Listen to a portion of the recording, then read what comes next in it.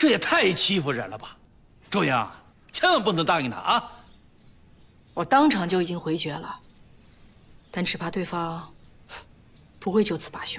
你说，他如果来硬的，我就上北京去告他御状。老四，别冲动。周英啊，你打算怎么办呢？看现在这情形，一股不让，只怕是过不去。我同意，花钱买平安。说实话，我们也有失误。这一次机器织布局挣钱，我们却没有上下打点。这一次张长青突然发难，我想啊，目的也在这儿。哎，二哥，那到底得多少钱呢？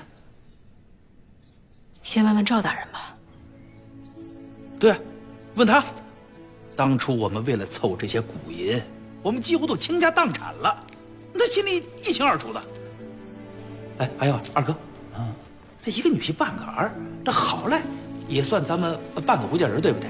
这胳膊肘不能朝外拐呀。少奶奶，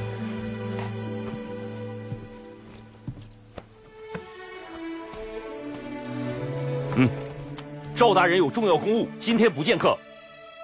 那麻烦你先帮我通报一声。赵大人说了，无论是谁，一律不通报。那赵大人，今天是什么重要公务啊？我不能告诉你。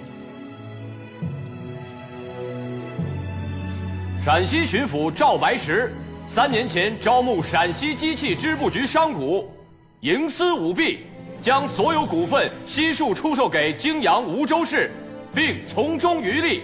着令刑部侍郎纳同彻查，据实回奏，钦此。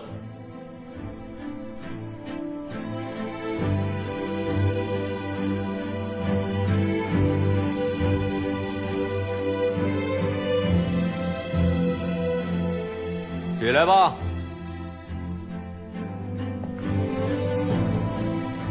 赵大人，还有什么话说没有？我只有4个字：无稽之谈。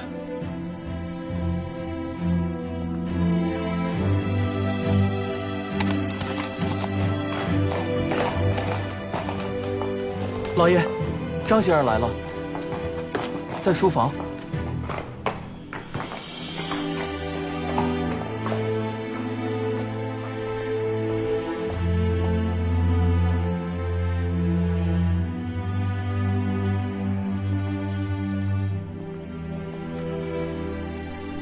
事情我已经知道了。老师，陕西道监察御史上了一封密折，皇上和太后看了以后很震怒，把这事儿交给了贝勒爷。贝勒爷于是派纳童来查。让他们查吧。当时幕的所有过程都是公开的，泾阳人人都有目睹，一问便知。只怕纳童还没出京呢，回奏的折子已经写好了。不会吧？不会吧？上密折的察哈尔是贝勒爷的表亲，查案的纳童的爹从前是贝勒爷的手下。你想一想，会是什么结果？身正不怕硬邪，除非他们想颠倒黑白。黑白根本无用，现在是对方想处心积虑的掀翻你，大不了就不做这个官呗。糊涂，在其位才能谋其政。居庙堂之高和居乡野之远，这有天壤差别。你若还心存报国之志，就应该知道这其中的厉害。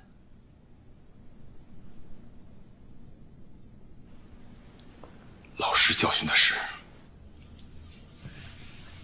事情虽然急，但是还没有到无可挽回的地步。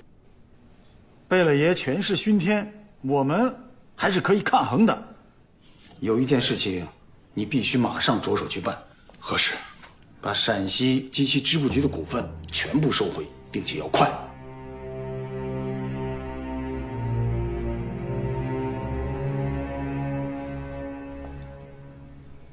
这算是条件吗？老师，我已经为你不遗余力了，你总该报效一番吧。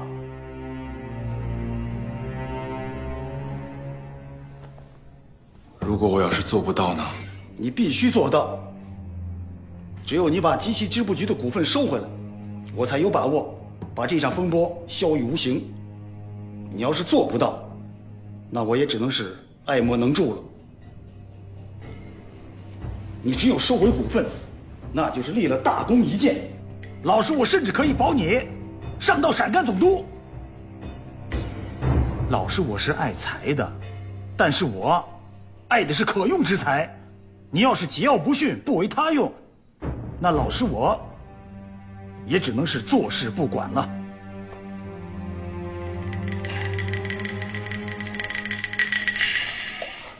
老师，我记得我们第一次见面的时候，你说我们非常有缘，因为你的名字跟我的名字加在一起，一清一白，恰似做人，就当净白如石，风骨长青。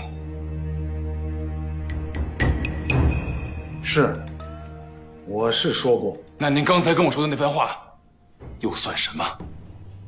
我是在帮你分清形势。时局复杂，人心叵测，只有背靠大树，才能够立不败之地。大树，在我入世之际，我就立下誓言，绝不结党，绝不营私。白石啊，经过这么多年的官场磨砺，你竟然还如此天真呢？你真的以为这个世上就是黑白分明吗？我告诉你，黑中有白，白中有黑，都是浑浊一团。就算这个世上全是浑浊一团，但在我心里，至少是黑白分明。水至清，则无鱼。先生，多说无益。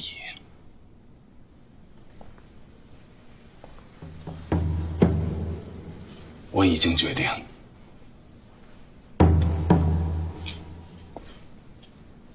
你一意孤行，到最后，你将一无所有。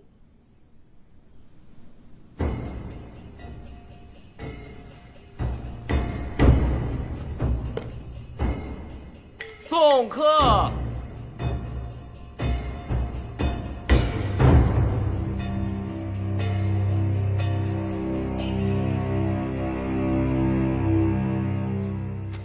我倒是真的没想到，贝勒爷这次会叫你来。这是我主动跟贝勒爷请的差事。京城啊，我待腻了，出来看看风景，顺路看看老友，这多好。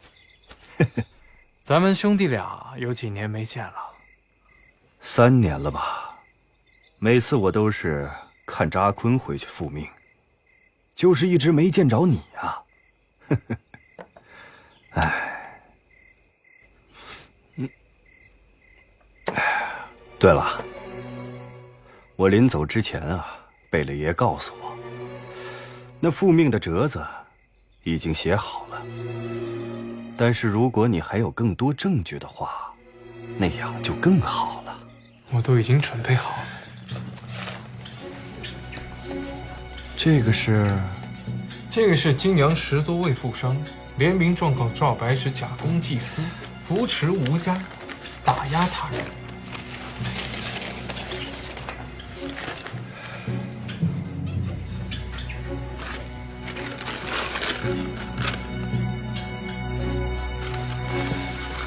挑头的这叫沈四海，没错，沈四海是金阳十分有名的富商，而他平时性情宽厚，可是这一次连他都看不过去了，可见赵白石真的是惹了众怒啊。行，那这个我先收下，回头一块帮您递上去。够不够？如果不够，我再想其他办法。够，太够了。光绪19年4月初8，奉赵白石在陕西兴办陕西机器织布局，擅权渎职，致民怨沸腾。现将其办理不善之处降旨宣示资，据吏部遵旨，将赵白石一以革职，实属纠所应得。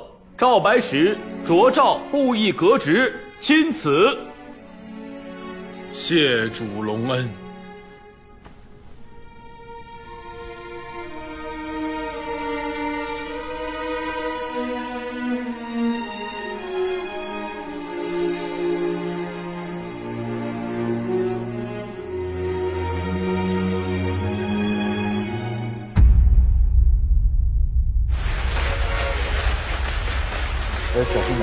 经过1个月的加班加点，这一批货马上就完工了。放心吧。好。赵委员，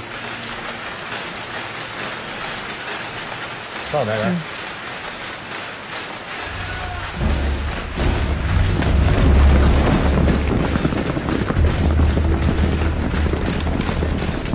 机器支部局会办梧州市何在？是我。还不出来迎接卸任陕西巡抚？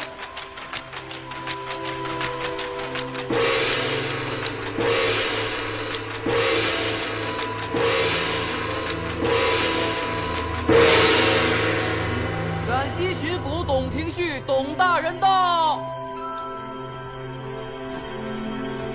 落轿。大人到了。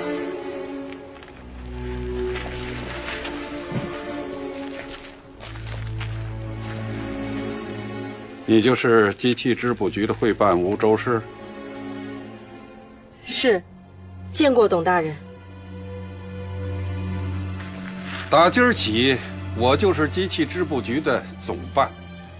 你作为下属，需事事向我禀报，待我同意之后方可定夺。是。这洋人的机器都在里边。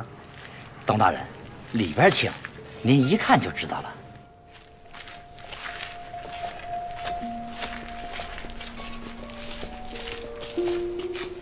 梧州市，还不赶紧进来为大人解说一下机器？啊。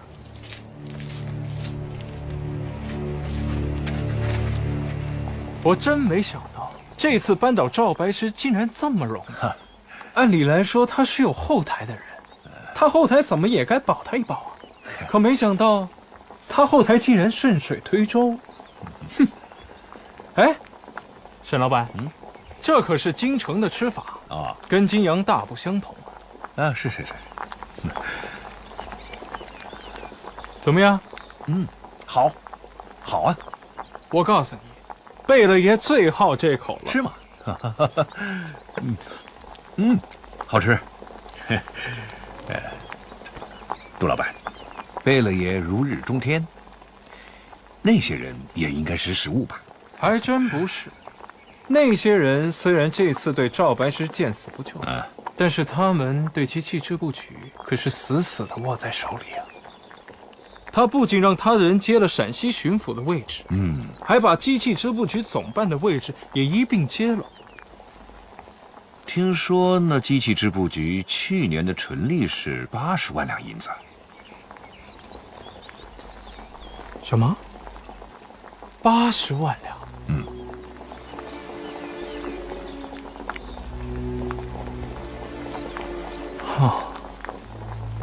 那下一步，我们不仅要把那寡妇给打倒，还要找机会把那机器支部局给抢过来。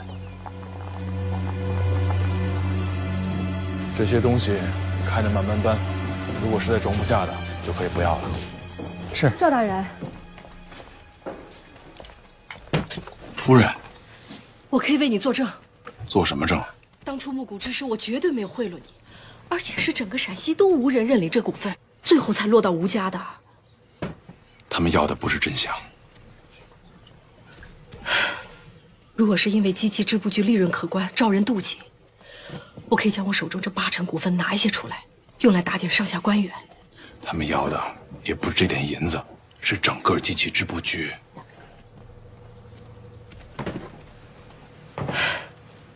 就因为我不同意回购，才连累了你吗？我此次被革职，是遭人暗算。谁呀？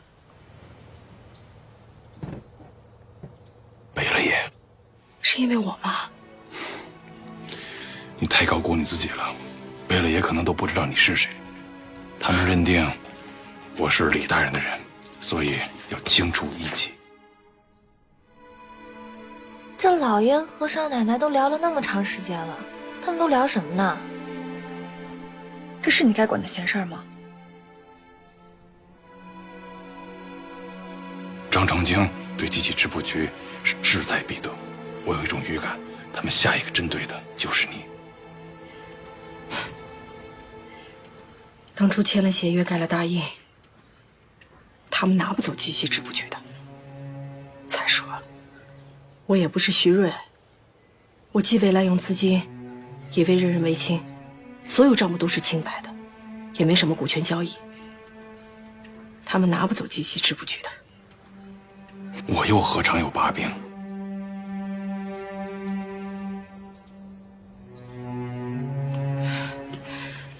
大不了，这机器织布局我不要了。不，该坚持的还是要坚持，即便是要放弃，也不能让他们轻易得逞。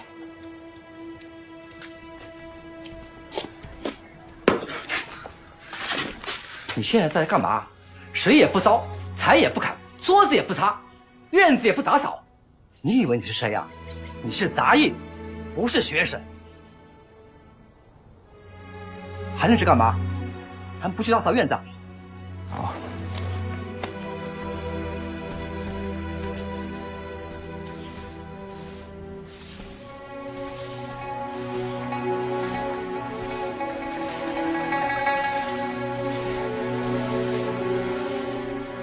站一上。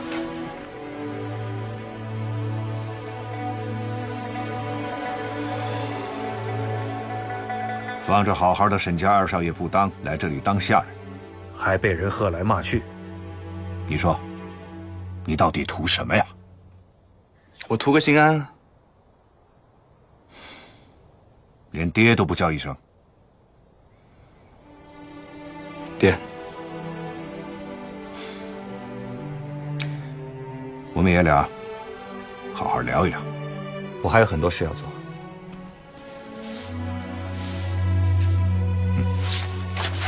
哎，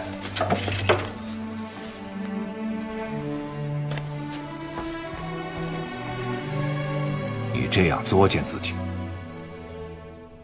就是为了跟我赌气？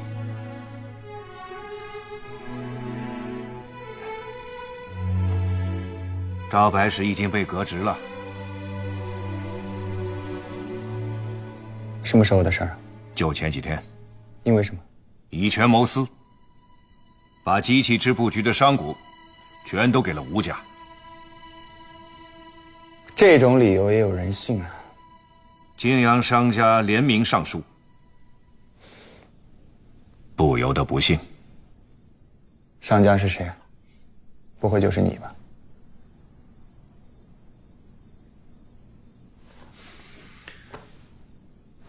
又是杜明礼支持你那么做的，是不是？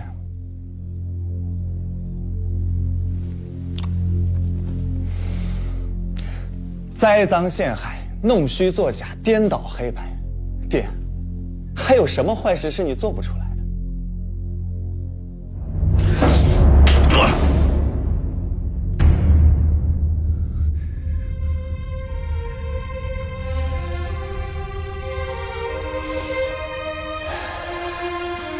爹，我错了。从今往后，我再也不会劝你跟杜明礼分家了，因为我看得很清楚，你跟杜明礼根本就是同一类人。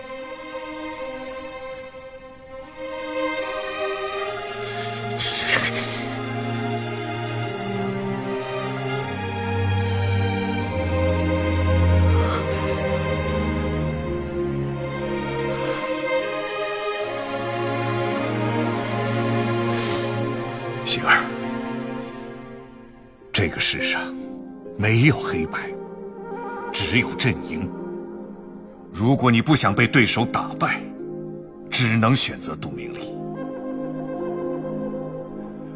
我之所以不择手段，只不过是为了能活下来而已。你不用那么卑鄙，一样可以活下去。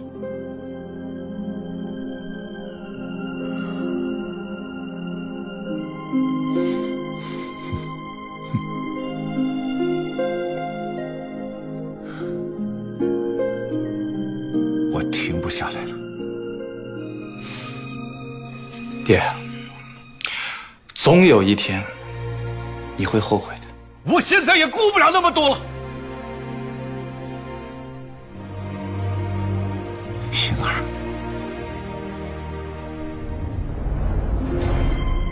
爹再坏，也是你爹。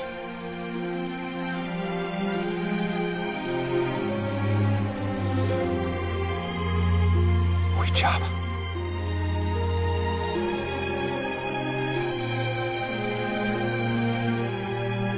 我不回去。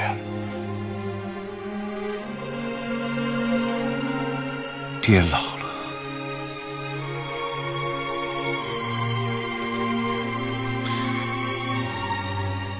很多事情管不过来了。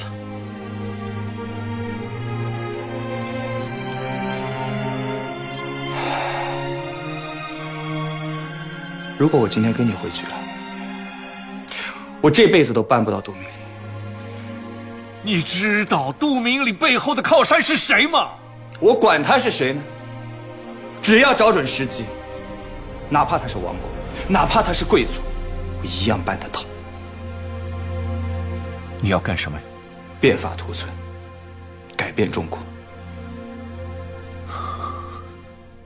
爹，你做不到的事情，我能做得到。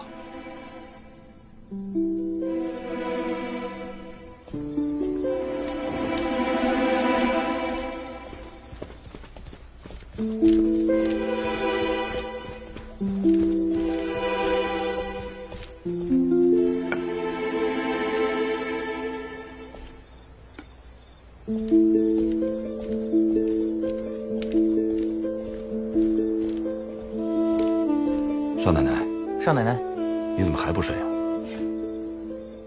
睡不着。啊，那我让千红来陪陪你。不用，我在外面透口气就进去。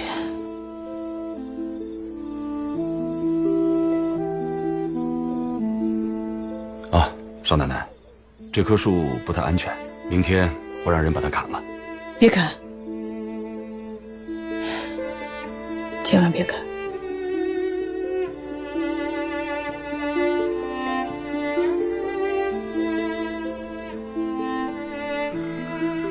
我就说爹怎么能找到这儿来，一定是你出卖我。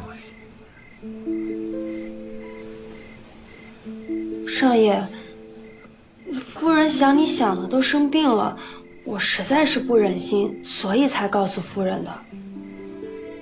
你不会怪我吧？我若真的怪你，就不会留你在这里补衣服了。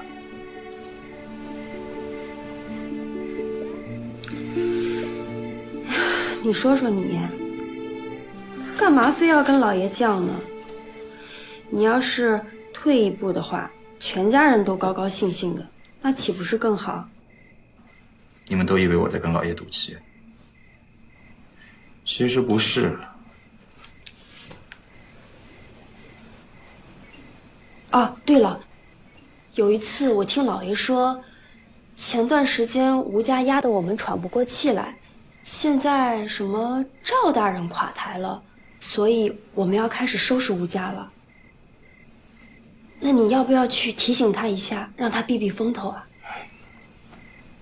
我跟他之间已经是山高水长了，他成也好，败也好，与我何干？星儿，娘，哎呦，娘，哎呀，你怎么来了啊？你能下床了？二少爷，夫人刚能下地，就来看你来了。杏儿，跟我回家吧啊！我不回去。你哪里吃得了这种苦嘛？哎，没事的，娘，我都习惯了。可是，娘，我真的习惯了。我跟你爹都说好了，他不会再逼你做什么了，你想干嘛就干嘛，只要我们一家人在一起。我现在只想安安静静的待在这里，清清静静的多读几本书。这里，娘，如果你再逼我的话，我就再换地方，我保证你下次找不到我。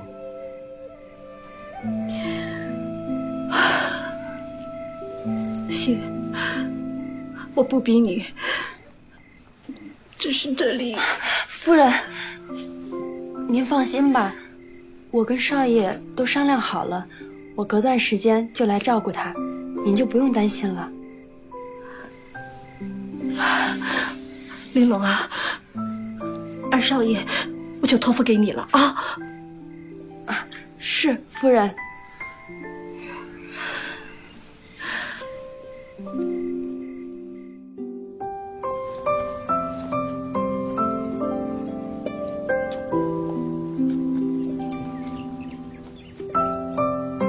夫人，这件也要晾晒吗？当然。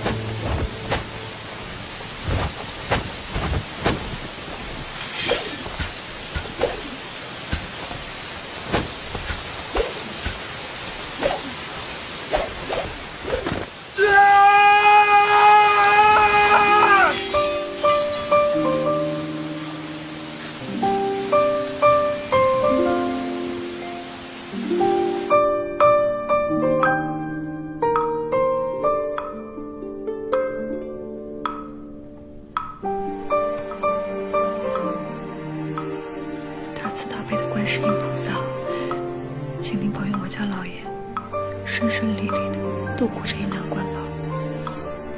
大慈大悲的观世音菩萨，请您保佑我家老爷顺顺利利的度过这一难关吧。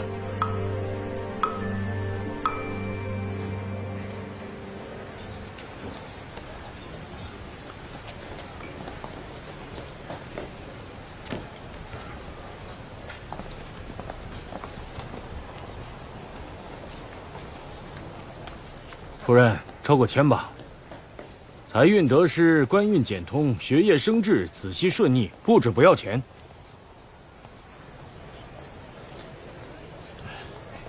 抽一个吧。请。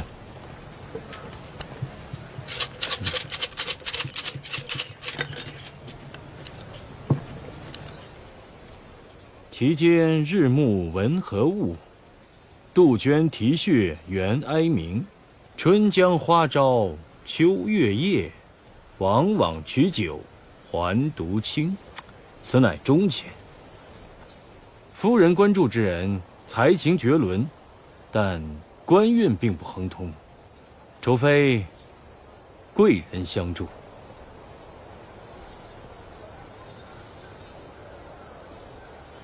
无一。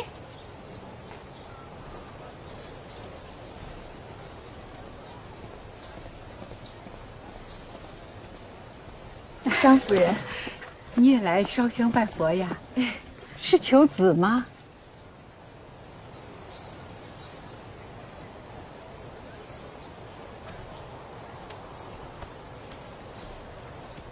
那一定是为了白石。白石还好吧？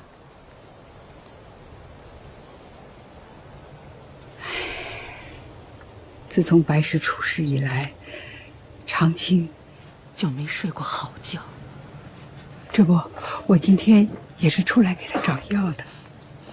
都怪我们，连累了张先生和夫人，也不得安宁。哎呦，这事儿怎么能怪你和白石呢？你们俩也是被别人连累的呀。要怪，就怪那个。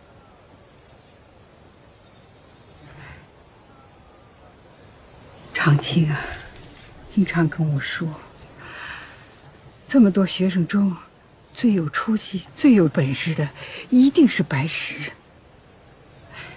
没想到，他竟然这样毁了前程。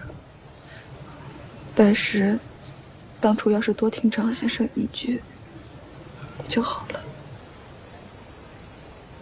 你也别太难过。那天，我听长青说，此事不是没有转机的。还有转机？有。长青说，只要白石愿意和那个吴周氏撇清关系，就有把握去说服李大人起复白石。只是白石的性格十分执拗，恐怕他不会采纳呀。我可以劝他，如果他不听你的劝呢？你有把握他能回心转意吗？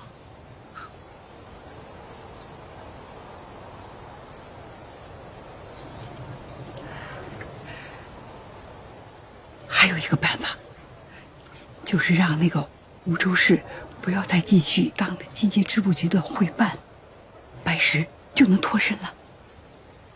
可是，怎么才能让我那嫂子不当会办呢？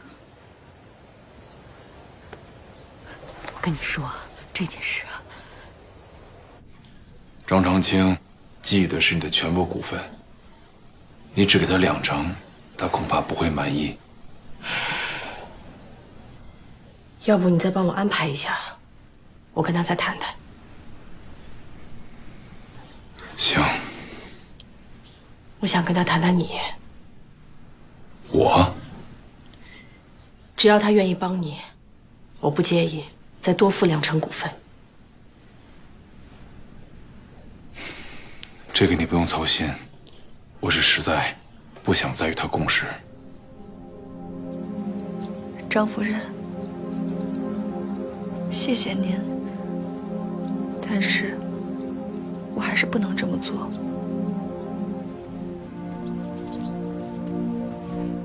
你要是回心转意了，就到我家来找我。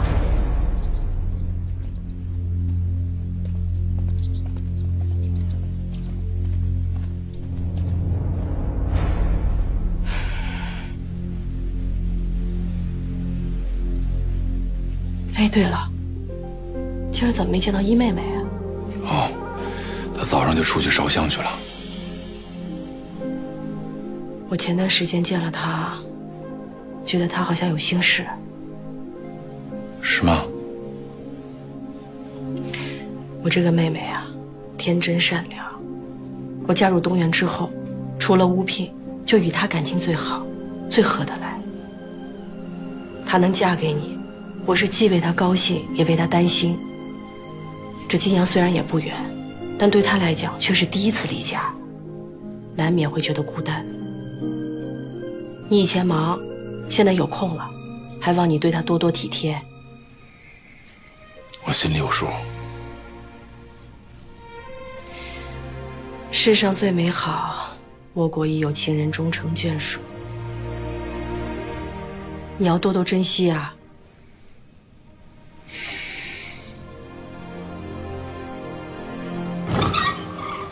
夫人回来了。老爷呢？里边会客呢。最近机器织布局的生意是越来越火爆，甚至有洋人客商，他们都想到我们这里来拿货。我们每天安排职工2班倒都赶不上进度，我估计下个月啊开始得增加人手。本来我还打算跟你商量一下，能不能再多增加几台机器。那天啊，我本来也想跟姚姐，你还要去哪儿啊？你不用跟着我。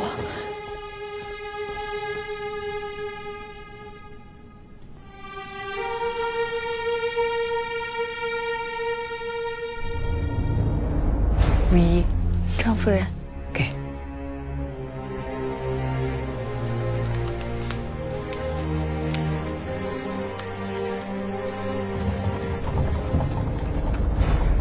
这可是让白石回心转意的唯一办法啊！不行不行，我不能这么做。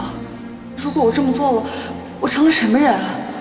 男人就是要建功立业，可白石却有一身才干施展不出，只有你才能让他走出这困境。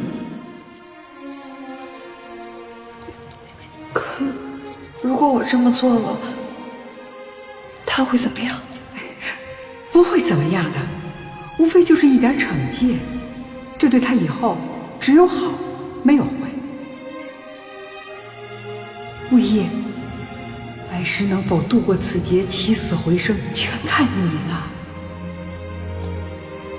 你要当机立断。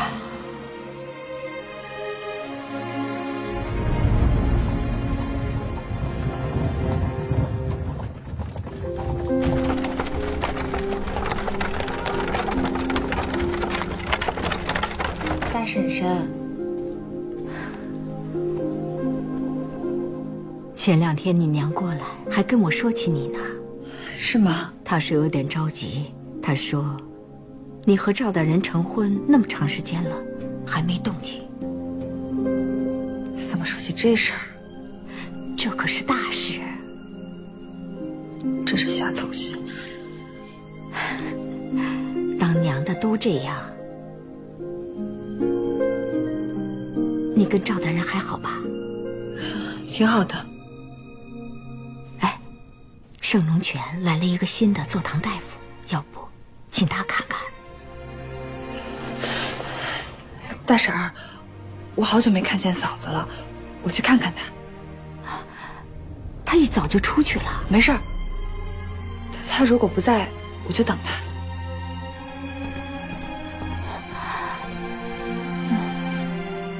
唯一今天的神色好像有点不对啊。肯定是因为肚子的事儿闹的。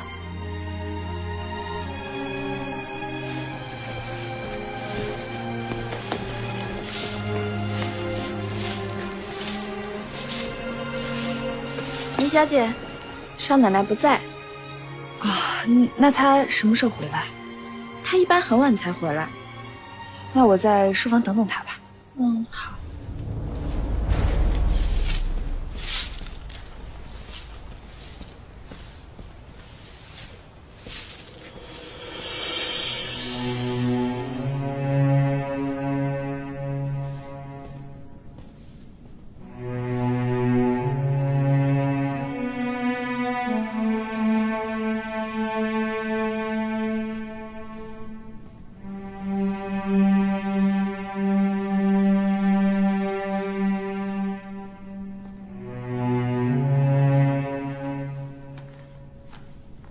易小姐，请喝茶。你先下去吧。好。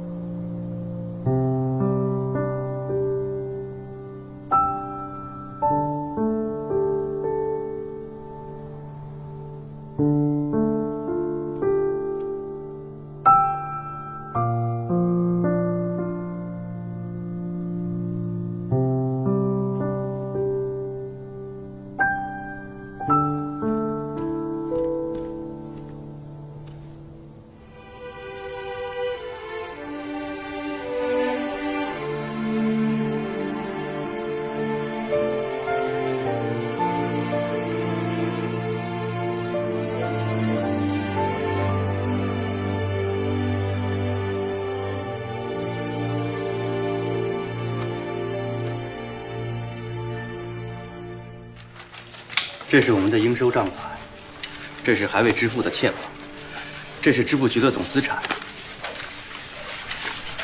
这是每天的产值。我争取在月底前把股份的事情解决。你能不能在月底前给我结算一次？能。你打算分割多少？我想最少也要1/3吧。也就是说，官家出10万两银子买了价值100万两的股份。是。都别动，把这新闻都站到那边去。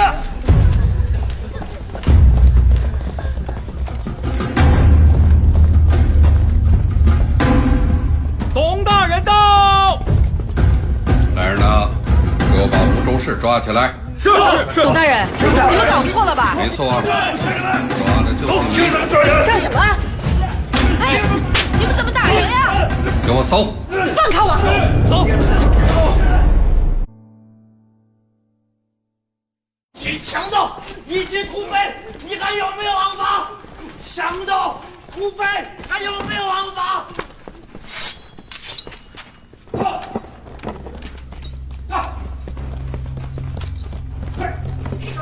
少奶奶，跪下！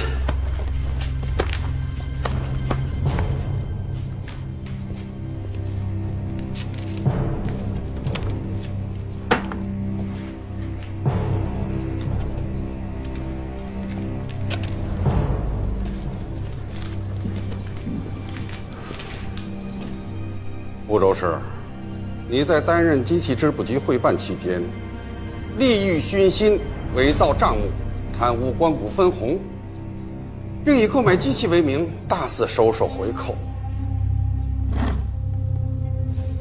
大人，请问证据何在？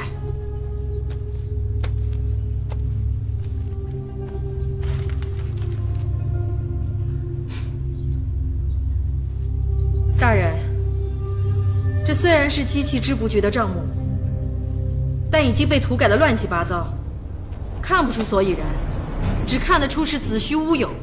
看起来你是不见棺材不落泪呀。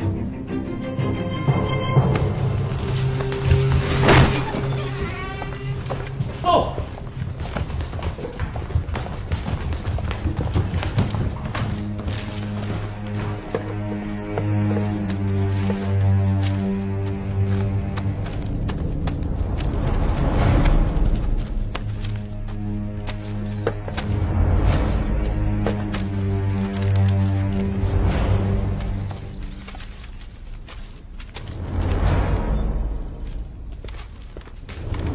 大人，搜到了这个。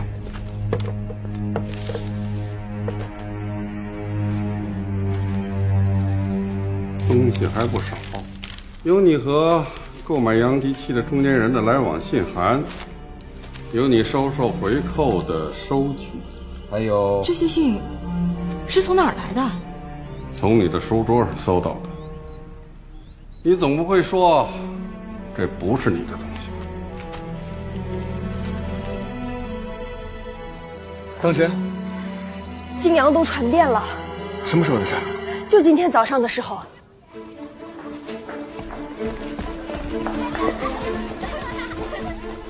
谁抓走的？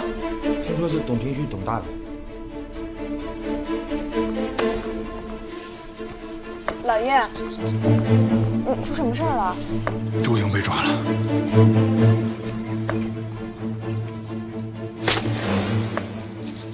他们搜了别院，是。搜出什么了没有？不知道，我们都被拘在房里，不准出来。主任，您先别着急。怎么能随便抓人啊？这些罪名都不成立啊！我们东园怎么这么多灾多难啊？我们下一步该怎么办？小江，你回趟支部局，将所有的原始账目和档案备份。好。小武，你带人去趟巡抚衙门打探一下。好，我这就去。二爷，必须马上派人通知赵大人，必须请赵大人出马。哎呀，我都急糊涂了，早该想到啊！这董大人亲自押送。是。走了多久了？已经2个时辰了。大人，我问了一下，说是从吴家东院吴州市的书房里搜出了索要回扣的信函及回扣收据。周莹书房是。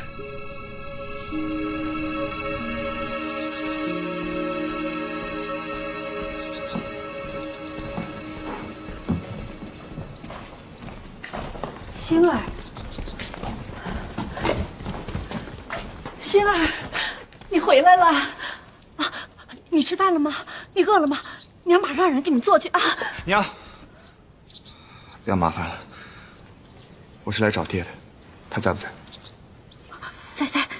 在书房。星儿，娘，你放心，我不是来找他吵架的。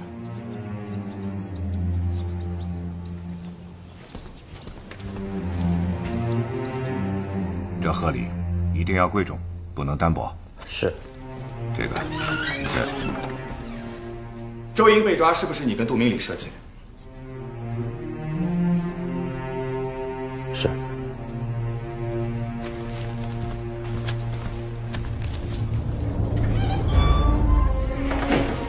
是不是？大半年没回家，回来第一句话，不问爹娘好不好，不问奶奶如何，问的却是那个寡妇的事情。养儿何用？我这个爹又有什么当头？儿子不孝，但也无奈。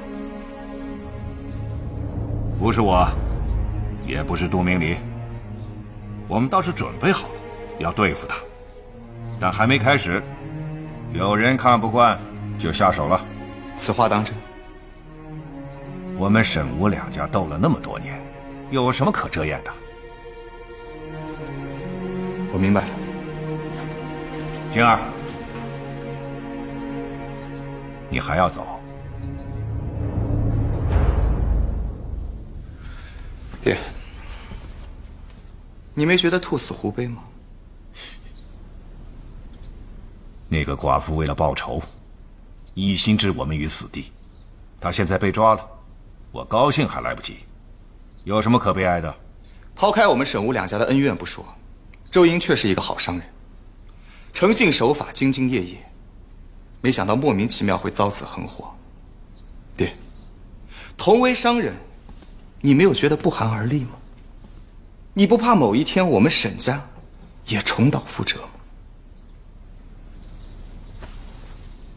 这事永远不会发生，永远不会有永远。贝勒爷不可能永远得势，也不可能永远护卫着我们沈家。有一件事你也许还不知道，贝勒爷封了郡王，他现在已经是王爷了。星儿，留下来吧，沈家的富贵还在后面呢。他当上王爷之后，我们的日子恐怕会更加难过。怎么可能？一人得道，鸡犬升天，何况是我们？他当了王爷以后，压榨起我们沈家来，那不是更加肆无忌惮吗？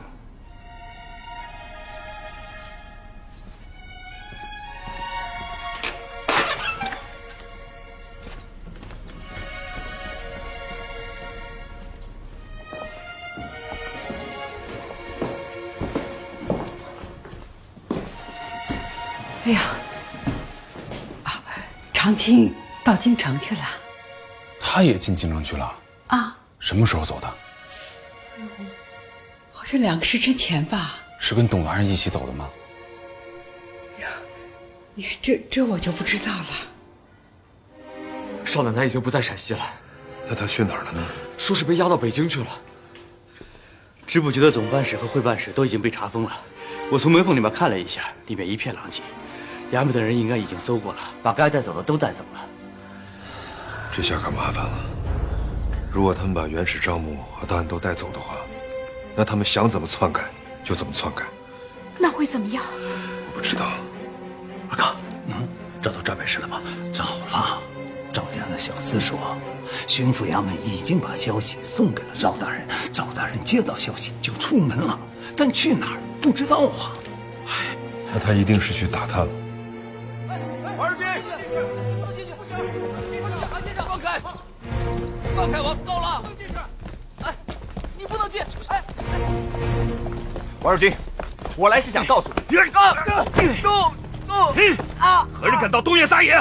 韩三春，是我，沈少爷，别放他！可是你们沈家陷害了少奶奶，不是。当初就是你们陷害东院军需作假，这次又污指少奶奶贪污公款、收受回扣，手法如出一辙，不是你们还能是谁？我来就是想告诉你们，这件事情与我们沈家无关。沈星一，你若不老实交代，今天我们不会放过你的。沈星一，把你知道的说出来，给周英洗去冤屈。我好心来提醒你们，陷害周莹的另有其人。你们这群蠢猪，竟然敢诬陷我！对不住了，沈少爷，为了救少奶奶，我们只能逼你说出实话。放开他！你们打死他也没有用，此次陷害周莹的不是沈家，那是谁？我心里有数。你心里有数，还不赶紧想办法？沈少爷，您请回吧，这是吴家的事情，与你无关。你也不是吴家的人，我是吴家西院的女婿，至少算是半个吴家人。沈少爷，请。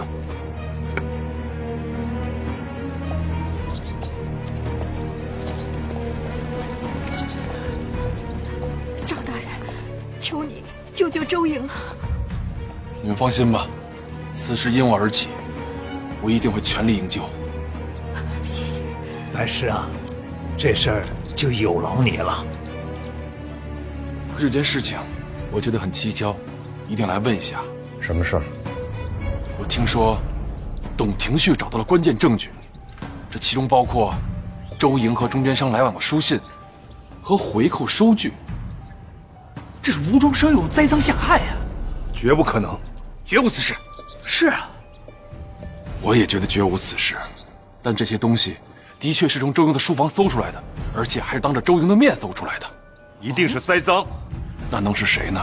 把这赃放进吴家东院。我马上去排查。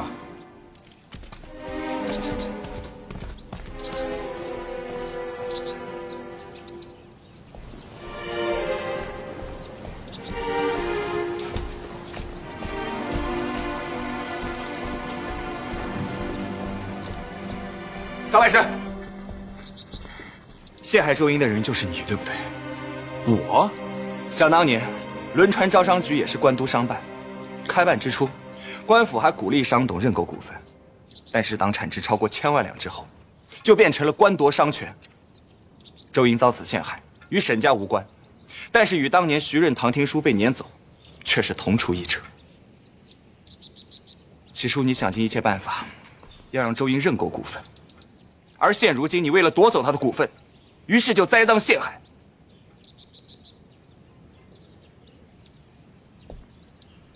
我从来没有陷害过周莹。但是据说你的老师张长青与那董廷旭是故交。我也是刚刚才知道这件事。我不信。我此次被贬，最重要的一个原因，就是因为我没有同意回购织布局的股份。你说真的？这件事情的起因，的确在我。他们提出回购股份的时候，我就应该劝周莹就范。赵白石，只要你能安全把周莹救出来，我可以答应你一切条件。我一定会把周莹救出来，而且我没有条件。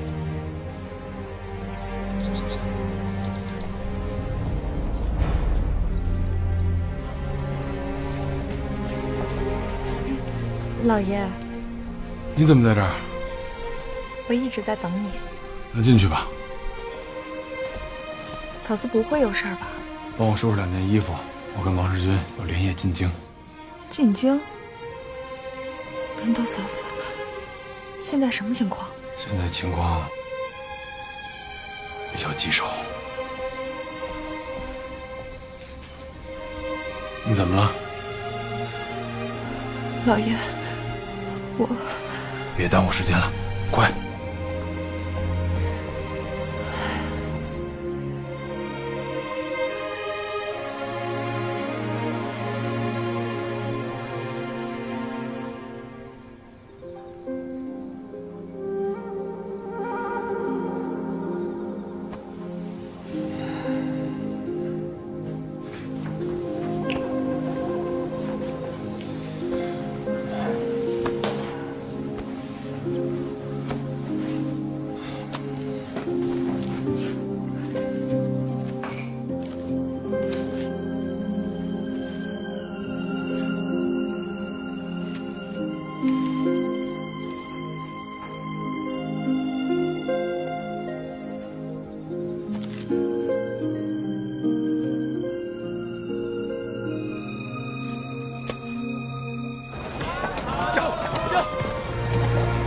让一下，来让一下，这。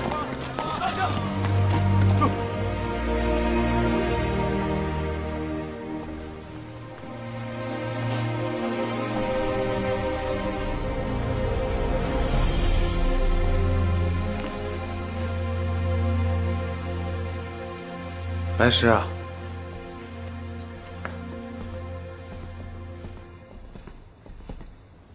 老师，什么时候到的？刚到。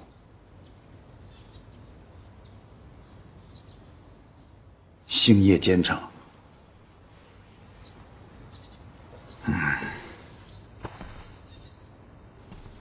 老师，我保证说服周莹，让他交出机器织布局所有的股份，还请老师网开一面。早知如此，何必当初呢？是，早知如此，何必当初？我说的是你。我也说的是我自己。白石啊，你若是早就如此通情达理，哪里会有后来那些变故？连同吴州市，也不会有这场牢狱之灾。的确，是我糊涂。我听说，周莹这次把上面的人惹恼了，非要给他一些苦头吃吃。老师，他是个妇道人家，见识不多，人又年轻，不懂世故，再加上性子轻狂，所以难免有得罪老师之处。还请老师看在当初织布局初见时他鼎力相助的份上，您帮他一把。既然你都已经张口了，那我就尽力而为吧。多谢老师成全。但是，能不能说服上面的人，我没有把握。白石相信老师的能力。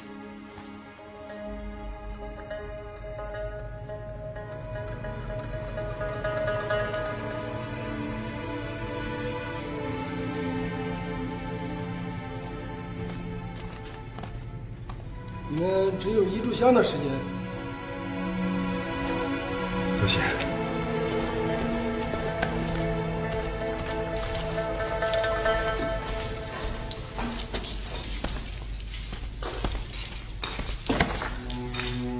所有的证据都是伪造的。我知道。他们从会办室找出账簿，涂改成他们想要的数字。至于在我书房搜出的东西，我根本就没见过。那些都不重要。他们准备用这些东西给我定罪，还不重要？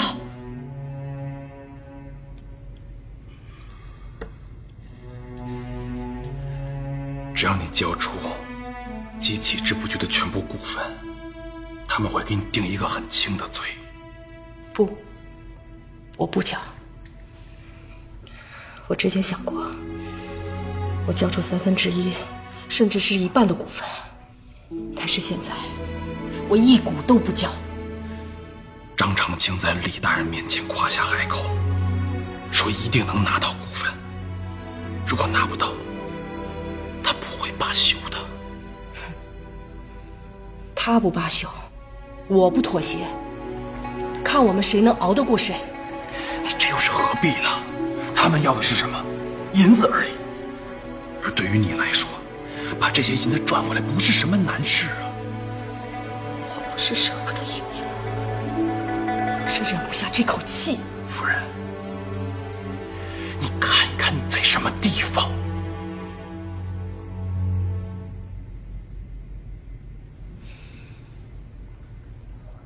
他们不就是想逼我低头吗？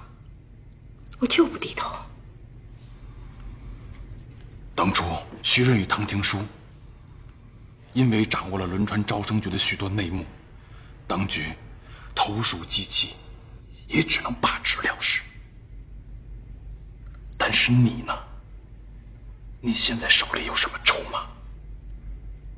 我是清白的，这就是我的筹码。在这个世间上，清白没有任何的用处。我不信他们能一手遮天。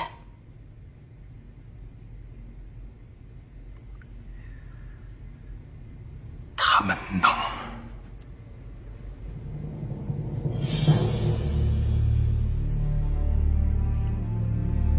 那我大不了就是一死。你死了，你死了就是一桩冤案而已。这是什么地方？在这里每天有多少冤案，不计其数。你只是其中一起而已，没有人会为你洗冤，就是白死而已。无为文之冤，没有大白之日。夫人，你不能死，你必须活着。只有你活下来，才能对今天陷害你的人报仇。只有你活着，吴伟文的军需案才能够洗冤。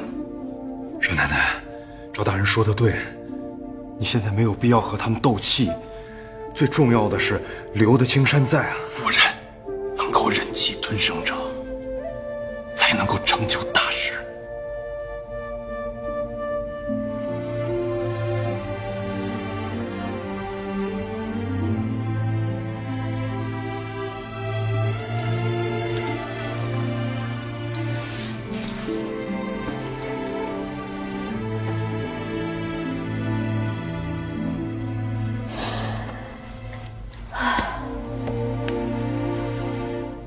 我现在真的很想念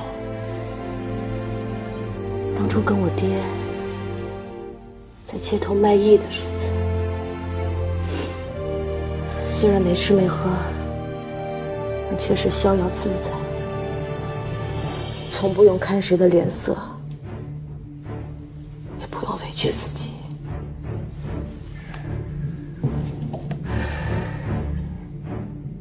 你现在回不去了。我们都想回去，但我们都回不去了。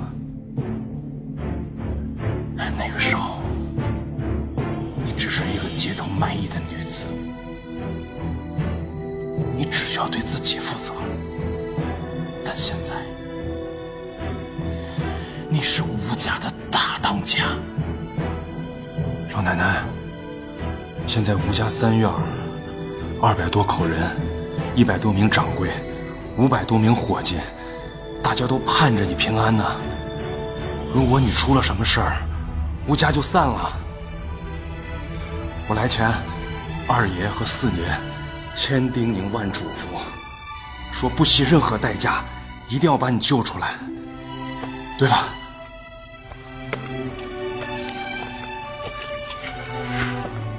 这是夫人让我给你带的东西，少奶奶，你看看，你看看呀，少奶奶。夫人说了，她现在没了丈夫，没了儿子，她不能再没有你这个女儿啊，少奶奶。前些日子，我想说服沈星移背叛王爷，但他都没有同意。在我来之前，他来找我，他跟我说，只要能把你救出去，他愿意答应所有的条件。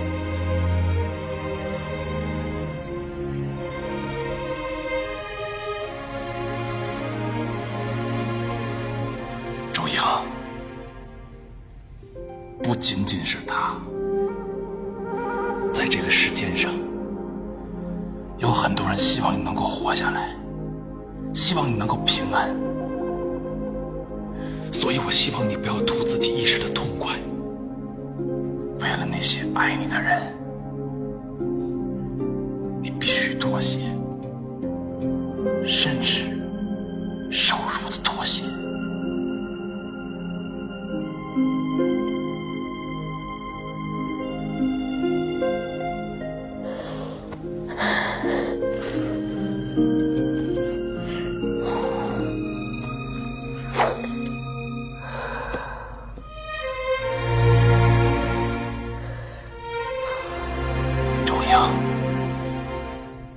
少奶奶，好，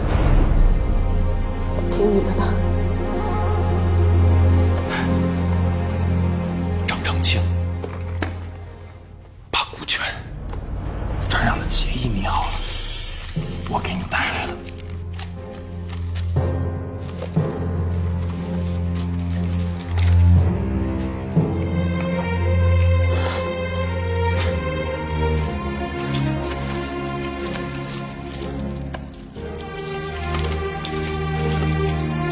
还有11堂大宴，我也带来了。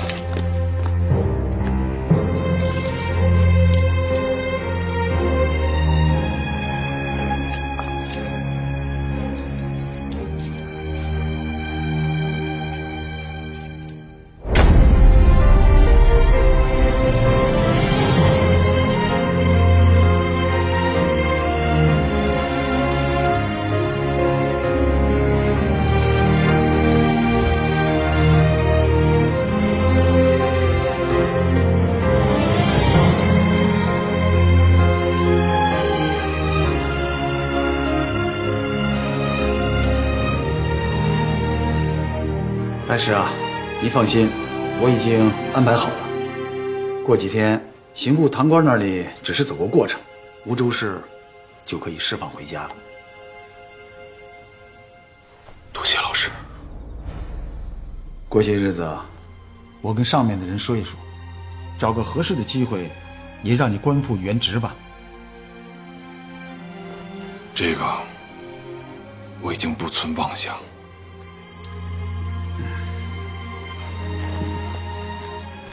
白石啊，上面要是存心整你，那就不是革职，而是革职永不续用。现在的处分仅仅是一个小小的惩戒。我另外还有一句话要提醒你：自古破国亡家之事，常与女色以相随。你应该明白我说的是什么。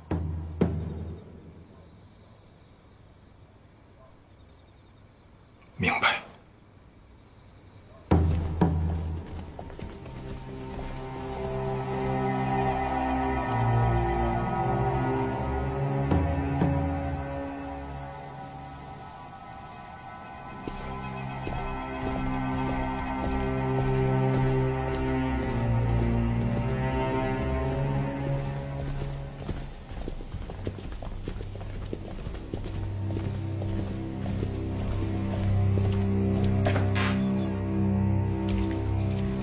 杜老板，去。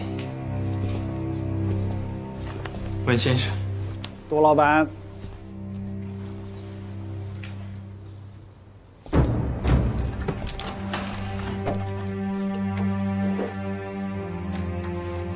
文先生，1年不见，依然风神如月。杜老板也依然精明能干。如今贝勒爷晋升成了王爷，但有一件事没变，文先生依然是文先生，而我依然是我。你只能是你，我也只能是我。是，这就是我们的命。请，哎，庄亲王来了，王爷走不开，让我先跟你聊聊。赵白石被革职这件事情，王爷有点没想通。按常理，那童的折子递上去，那位大人怎么也该搏一搏。王爷连如何应对都想好了，谁料想，那位大人竟然落井下石。我听到的说法是，最近赵白石不太听话，他那是想清理门户。哦，赵白石如此能干，他竟然还不满意？这事儿我就不太清楚了。不过，趁他们现在一阵乱，王爷应该把陕西机器织布局拿到自个儿手里。为什么？这机器织布局1年纯利怎么也得有80万两。是吗？哎，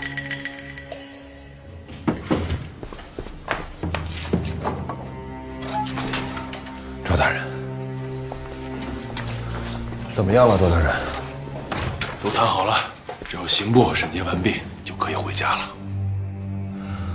哎，对了，你有没有查到究竟是谁把那些伪造的信件和收据放进周英的书房？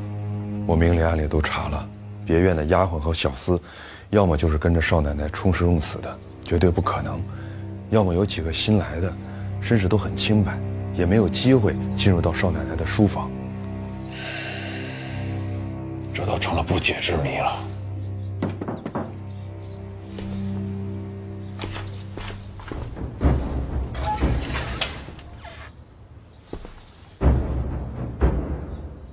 无一，我来吧。你怎么来了？我放心不下，怕嫂子有个三长两短，干脆就跟来了。这一路辛苦你了。嫂子现在如何？在你来之前，刚刚有了结果。什么结果？你嫂子答应交出所有的股份，对方也同意将大事化小，小事化了。大事化小，小事化了，了了就好。周英对我说，在东院，除了吴聘，就是与你感情最好。果然，他亲口说的。是啊，他还叮嘱我要体贴你。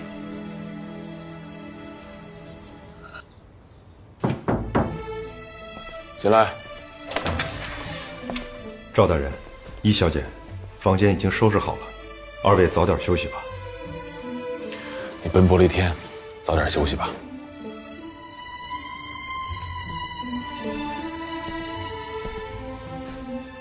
那你呢？我还要去朋友那儿打探一下。那你早点回来。等等。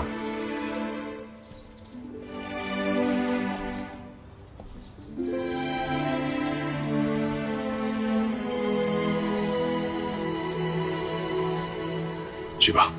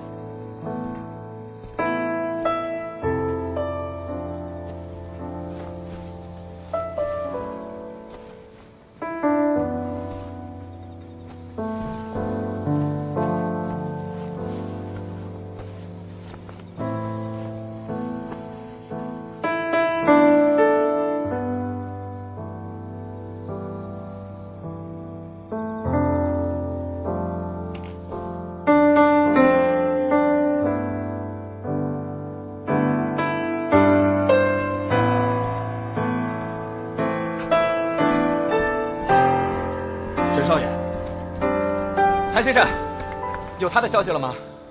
暂时还没有。赵白石走的时候有没有说什么？赵大人说救人有7、8分的把握，但是机器织布局肯定保不住了。这都已经3天了。沈少爷，兴许很快就会有消息传来。你知道他们在北京住哪儿吗？听王管家说，吴家的人进京，都会住在鸿盛客栈。好。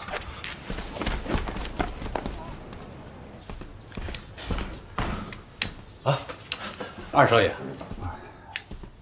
现在账房还有多少现银呢？应该有2000多两。全部拿给我。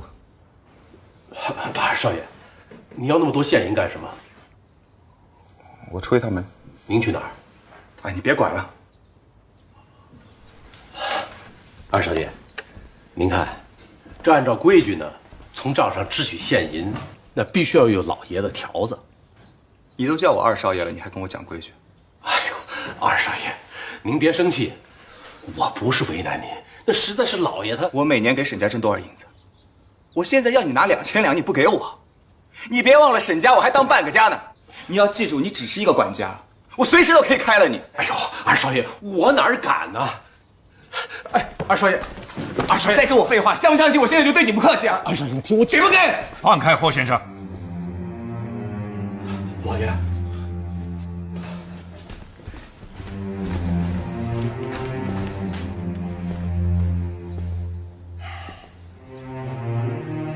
你要银子干什么？我在外面又欠了赌债了。说实话。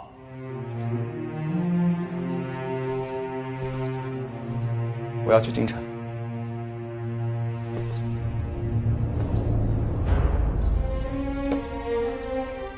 你要去救那个寡妇？是。那个寡妇是吴家的人，可她也是我心上之人。就是因为她步步紧逼，我们沈家快走投无路了。现在她被捕入狱，我们好不容易才喘过气来，你居然去救她！爹，如果你们只是在商场上面厮杀，你若败了，我一定去给你报仇。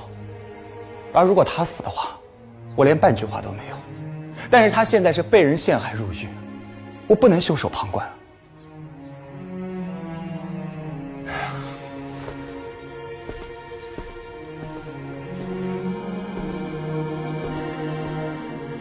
但是你曾经答应过我，为了沈家，你要把他忘掉的。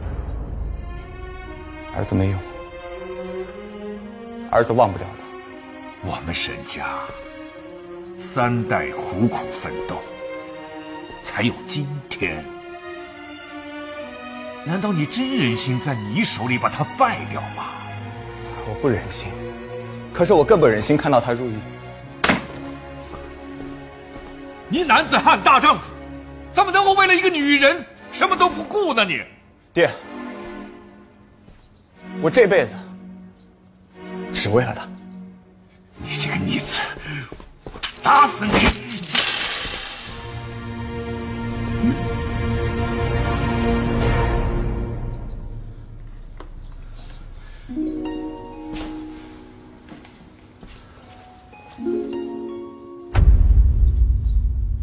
爹，儿子求你，就让我为他做最后一件事，好不好？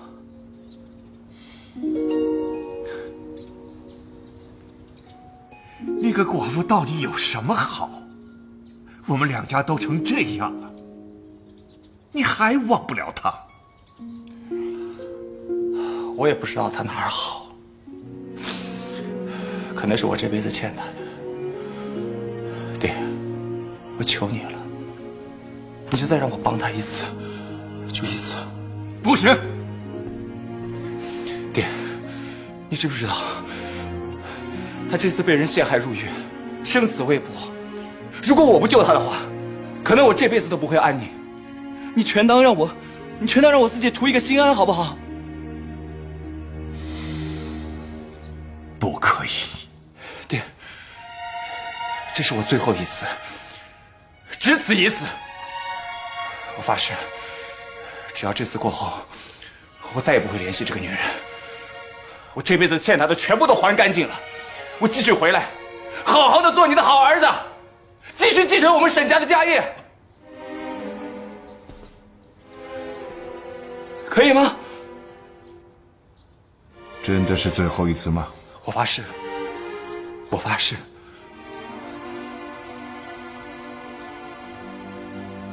霍管家，老爷，把那2000两银子拿出来。是。谢谢爹。贝勒爷封了郡王，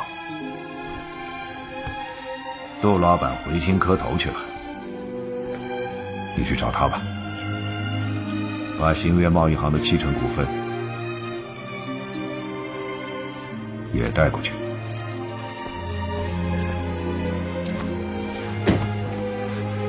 谢谢爹。